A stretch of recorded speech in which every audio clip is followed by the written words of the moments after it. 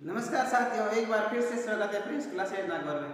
तो साथियों, आज हम पढ़ने जा रहे हैं आधुनिक भारत का इतिहास। रिपीट फायर रिवीजन रीड के लिए आज हम रिपीट फायर रिवीजन करेंगे 1905 से लेकर 1947 1950 तक। तो दोस्तों, अभी तक आपने मेरे YouTube channel Prince classes Nagaur को सब्सक्राइब नहीं किया तो प्लीज़ सब्सक्राइब जरूर करें और अपने साथ भी शेयर करें। एक मोटिवेशन पॉइंट के साथ अपनी क्लास। जब आंखों में अरमान लिए, मंजिल को अपना मान लिया, अब मुश्किल क्या आसान क्या, जब ठान दिया तो ठान लिया। जुड़े रहो, लगातार पढ़ते रहो। आइए स्टार्ट करते हैं आधुनिक भारत का इतिहास। आधुनिक भारत का इतिहास रिपीट फायर रिवीजन। आप केवल देखना है, जल्दी से जल्दी मैं रिवीजन कराने वाला हूँ। आधुनिक इतिहास स्टार्ट करने जा रहे 1905 से। देखो, 1905 में क्या हुआ था? 1905 में था बंगाल विभाजन। क्या हुआ था? बंगाल विभाजन। बंगाल विभाजन किसने किया था? कर्जन ने। और इसके विरोध में 1906 में क्या हुआ था? मुस्लिम लीग की स्थापना। मुस्लिम लीग की स्थापना। मुस्लिम लीग की स्थापना हुई थी। कब हुई थी? 1906 में। कहाँ पर हुई थी? ढाका में। 1907 में क्या होता? 1907 में होता सूरत अधिवेशन। 1907 में क्या होता? सूरत अधिवेशन। अध्यक्ष इसकी अध्यक्ष किसने की थी? रास बिहारी घोष। किसने की थी? रास बिहारी घोष ने की थी। और 1900 इसमें हुआ था बंग भंग, मतलब कांग्रेस का विभाजन। इसमें हो गया था कांग्रेस का विभाजन। कांग्रेस का विभाजन हो गया था और कांग्रेस दो भागों में बंट गया, गरम दल प्लस नरम दल। कांग्रेस दो भागों में बंट गया, गरम दल नरम दल।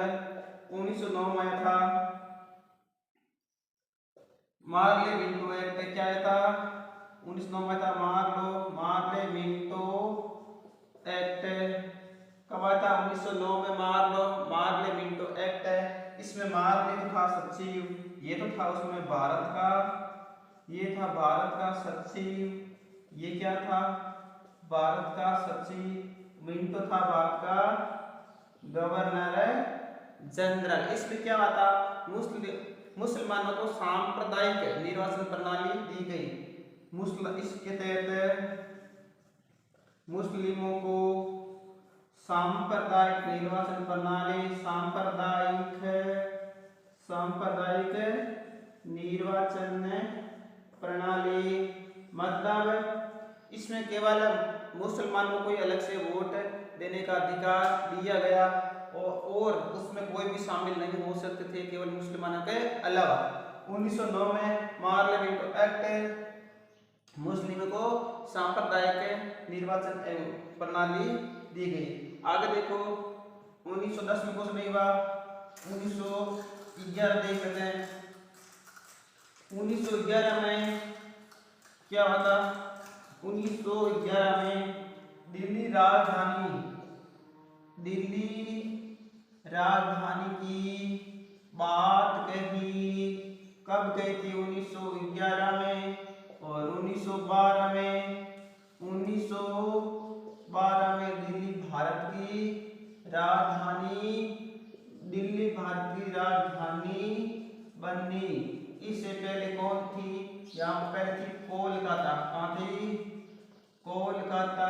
1912 में भारत दिल्ली की राजधानी बन गई। यहाँ पर देख लो, 1913 और देख लेते हैं। 1913 में एक घटना और हुई थी। रविंद्रनाथ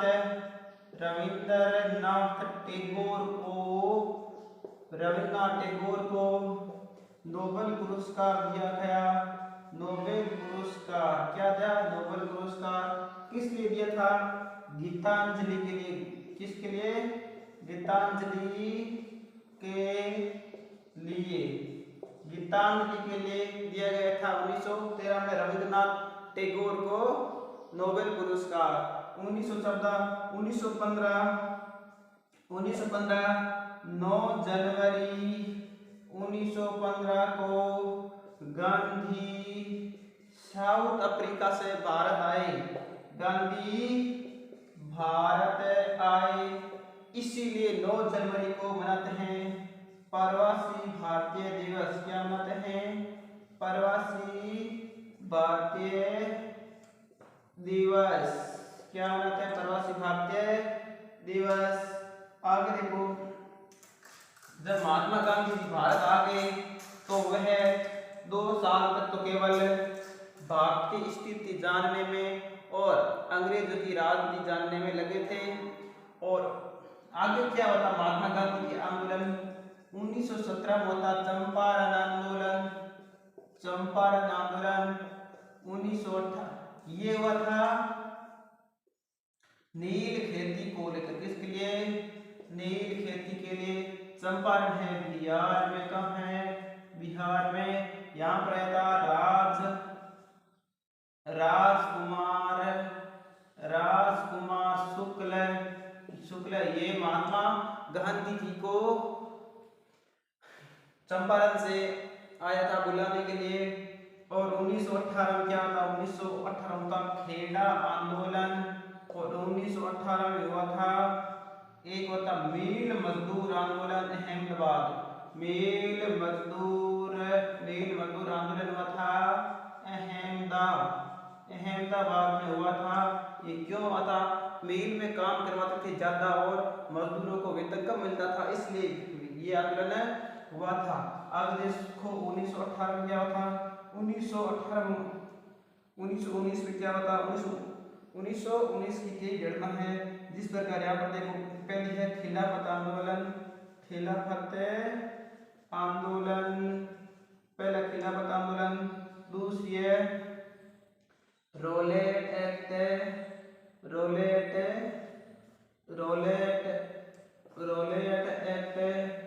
और पहली खिलाफत आंदोलन रोलेट एक्ट। और एक था जलियांवाला बाग हत्याकांड। जलियांवाला बाग हत्याकांड। इसमें क्या हुआ था? जलियांवाला बाग हत्याकांड में जनरल और डायर ने शांतिपूर्ण सभा पर गोलीबारी कर दी, जिसमें कई लोग मारे गए। और इसके लिए एक आयोग बना था जिसका नाम था हंटर आयोग। और आगे क्या? 1920 में क्या था? 1920 में है सहयोग आंदोलन। ऊपर लिख देता हूँ 1920 में। आपको केवल देखना है, मन लगाकर पढ़ना है, सारी रिवीजन दो। 1920 में क्या होता? 1920 में होता है सहयोग आंदोलन। असहयोग मतलब ए का मतलब नहीं, सहयोग मतलब नहीं। भारतीयों ने बोला हमें अंग्रेजों का कोई सहयोग नहीं चाहिए, हम स्वदेशी अपनाएंगे और विदेशों के त्याग करेंगे। इस प्रकार सैकड़ों हजारों विद्यार्थियों ने स्कूल और कॉलेज छोड़ दिया, विदेशी वस्तुओं का बहिष्कार किया, सरकारी कर्मचारियों ने नौकरी छोड़ दी। और इसके तहत में गांधी जी, आपको पता गांधी जी थे अहिंसक, तो सारे देश में होता आंदोलन। एक घटना हुई थी 5 फरवरी 1922 को, चोरी चौरा घटना, गोरखपुर उत्तर प्रदेश।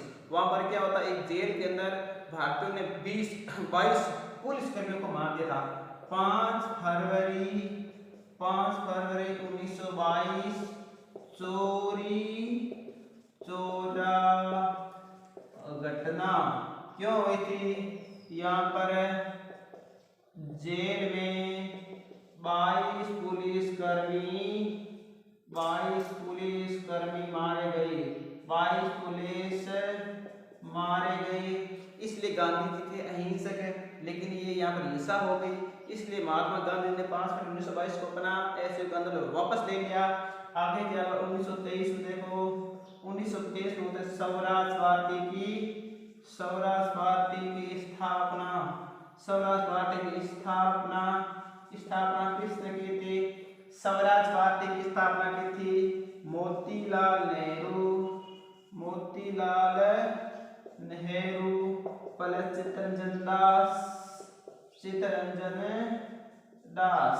इसने की थी क्योंकि ये भी उस समय असहयोग आंदोलन में शामिल थे। जब महात्मा गांधी ने असहयोग आंदोलन वापस ले लिया तो इसने भी महात्मा गांधी का विरोध किया और स्वराज पार्टी की स्थापना की थी, कब की थी?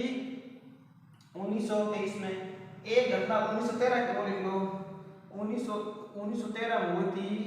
ये तो स्वराज पार्टी 1913 में हुई थी। गदर पार्टी की स्थापना, गदर पार्टी की स्थापना, गदर पार्टी की स्थापना ये कहाँ पर हुई थी?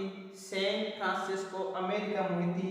किसने की थी? लाला हरदयाल, लाला हरदयाल प्लस मोतीलाल भांकड़ा, सोहनलाल भांकड़ा प्लस सोहनलाल भांकड़ा, इसने की थी। गदर पार्टी की स्थापना कब की थी? 1913 के अंदर। 1923 में स्वराज पार्टी की स्थापना हुई थी। आगे देखो 1924 की घटना। 1924 में क्या घटना हुई थी? 1924 में देखो, 1924 में हुआ था बेलगाम अधिवेशन हुआ था। बेलगांव कहाँ पर? बेलगांव है कर्नाटक में। इसकी अध्यक्षता किसने की थी? अध्यक्षता की थी महात्मा गांधी ने। और आगे देखो, महात्मा गांधी जी ने केवल एक बार ही कांग्रेस की अध्यक्षता की थी। महात्मा गांधी जी ने केवल कांग्रेस की एक बार भी अध्यक्षता की थी। किसमें? बेलगाम अधिवेशन 1924 कर्नाटक में। 1925 में क्या हुआ था? 1925 में ये हुआ था कि 1925 में 9 अगस्त 1925 को क्या हुआ था? काकोरी ट्रेन घटना,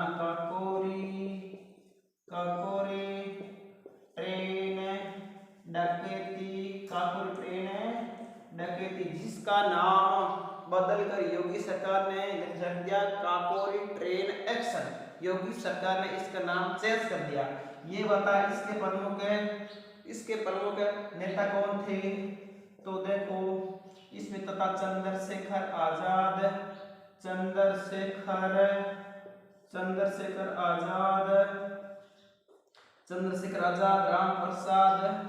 राम प्रसाद बिस्मिल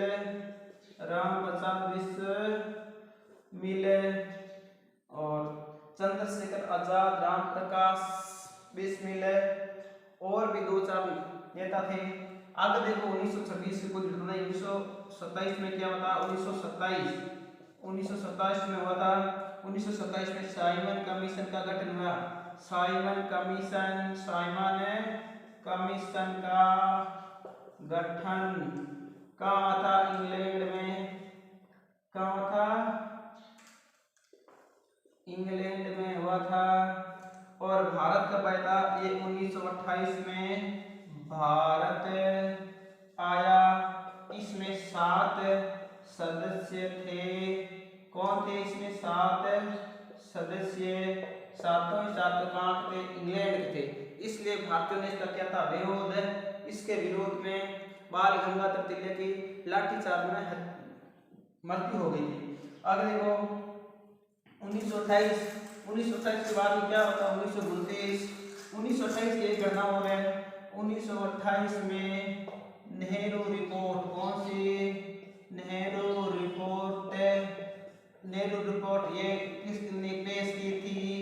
मोतीलाल नेहरू ने इसको पेश की थी। और 1929 की क्या घटना है? 1929 की लाहौर अधिवेशन। क्या है? लाहौर अधिवेशन। अध्यक्षता किसने की थी? पंडित जवाहरलाल नेहरू ने की थी। इसमें पूर्ण स्वराज की मांग की थी। क्या थी? पूर्ण स्वराज की मांग। इसमें की थी पूर्ण स्वराज की मांग की थी।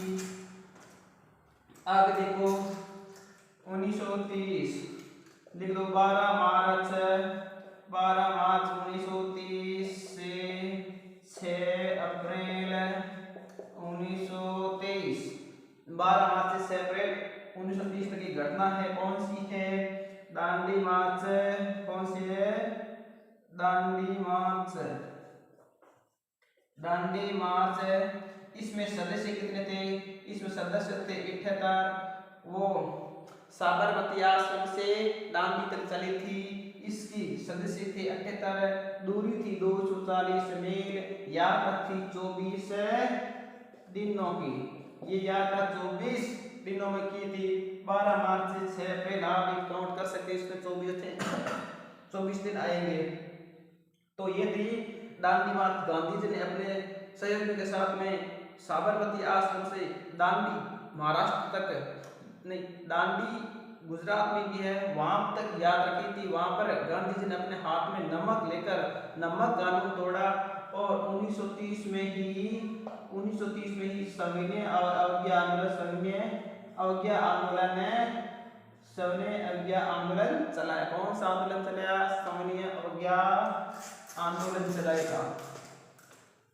अब देखो 1931 के अंदर प्रवेश करते हैं।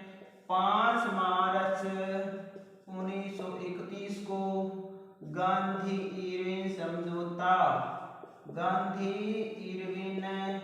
समझौता, इसके अंदर महात्मा गांधी जी ने 10 मांगे रखी थी इरविन से, और इरविन 10 की 10 मांगे मान ली। लेकिन महात्मा गांधी ने यहाँ पर एक गलती कर दी, राजगुरु भगत सिंह और सुखदेव को फांसी से नहीं बचाया।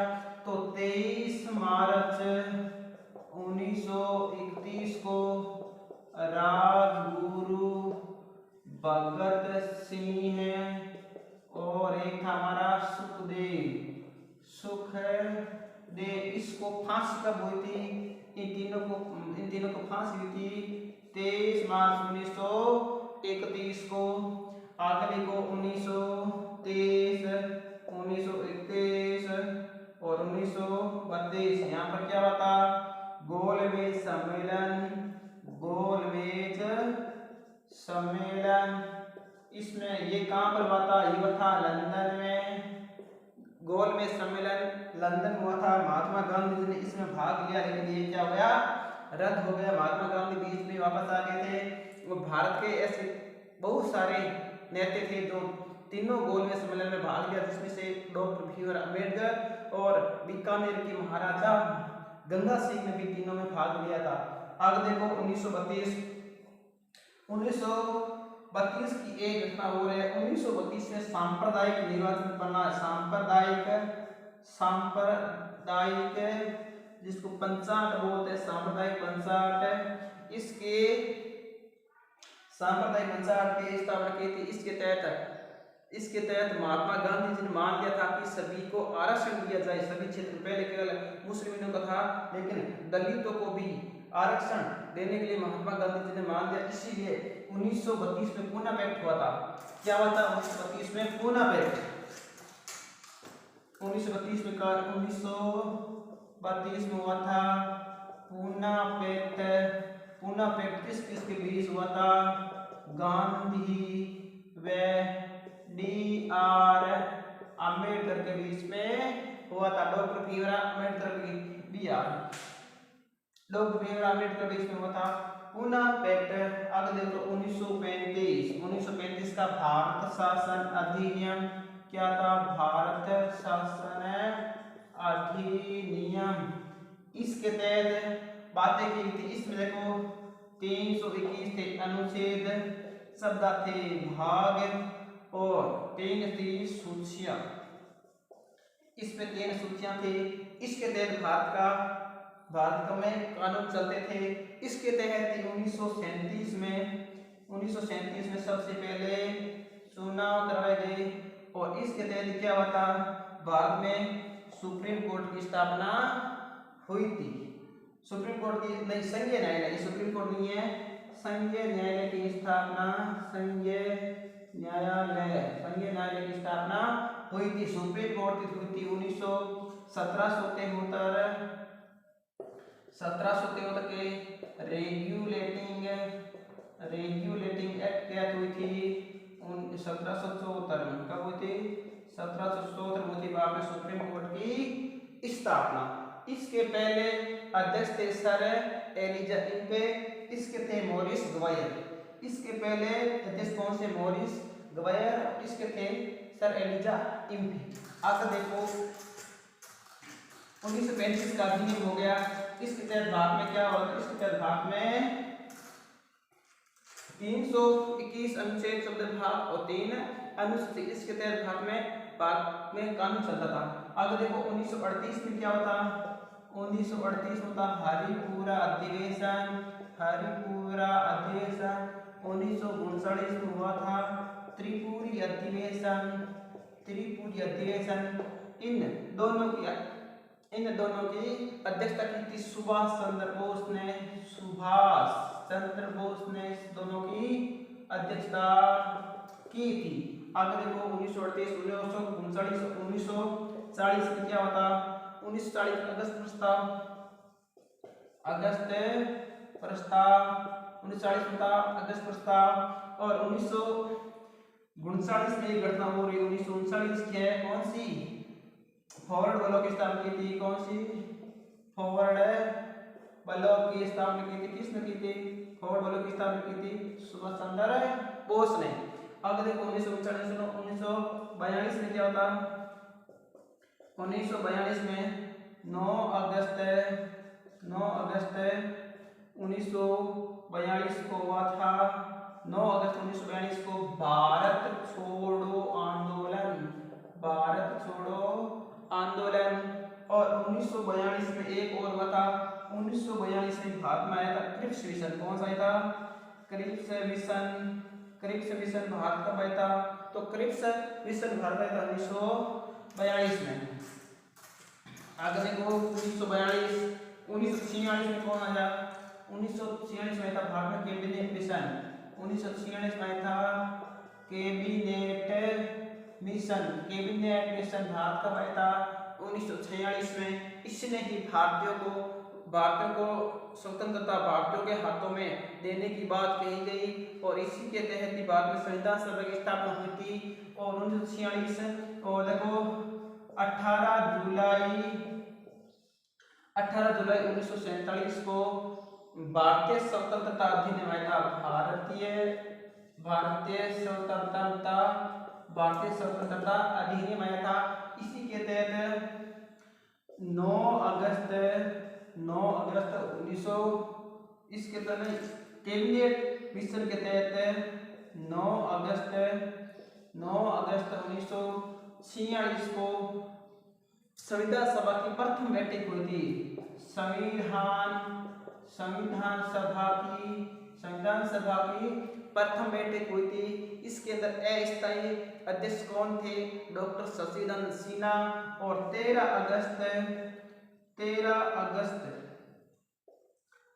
अगस्त 1946 को तीसरी बैठक के अंदर स्थायी अध्यक्ष कौन थे, डॉक्टर राजेंद्र प्रसाद। आगे देखो और इसने बात की थी 15 अगस्त 1947 को भारत को स्वतंत्र कर दिया था। कब किया था, 15 अगस्त 1947 को। एक है लॉर्ड माउंटबेटन घटना, एक और है लॉर्ड माउंटबेटन घटना, लॉर्ड माउंटबेटन है योजना जिसको हम 3 जून की योजना भी बोलते हैं। लॉर्ड माउंटबेटन ने बोला था हम भारत को 3 जून 1947 को भारतीय स्वतंत्रता सौंप देंगे। और इसी तरह आगे बढ़ते बढ़ते इसमें बीच में टांग अड़ गई भारत पाकिस्तान विभाजन। इसके तहत 14 अगस्त 1947 को हुआ था पाकिस्तान, 14 अगस्त 1947 को हुआ था पाकिस्तान स्वतंत्र। और 15 अगस्त 1947 को हुआ था हमारा भारत स्वतंत्र। और इसी के तहत भी 9 अगस्त 1946 को भारत में संविधान सभा का संविधान का निर्माण कार्य स्टार्ट हो गया। इसका कार्य सौंपा गया था किसको, डॉक्टर भीमराव अंबेडकर को सौंपा गया था। और 26 नवंबर 1949 को भारत का संविधान बनकर तैयार हुआ था। तो भारत का संविधान 9 अगस्त 1947 से 26 नवंबर 1949 तक हुआ था। इसमें टाइम कितना लगा था, 2 साल 11 माह 18 दिन।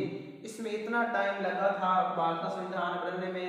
इसी प्रकार 26 जनवरी 1950 को हमारा भारत का संविधान लागू हो गया। तो साथियों आपको क्लास कैसे लगी?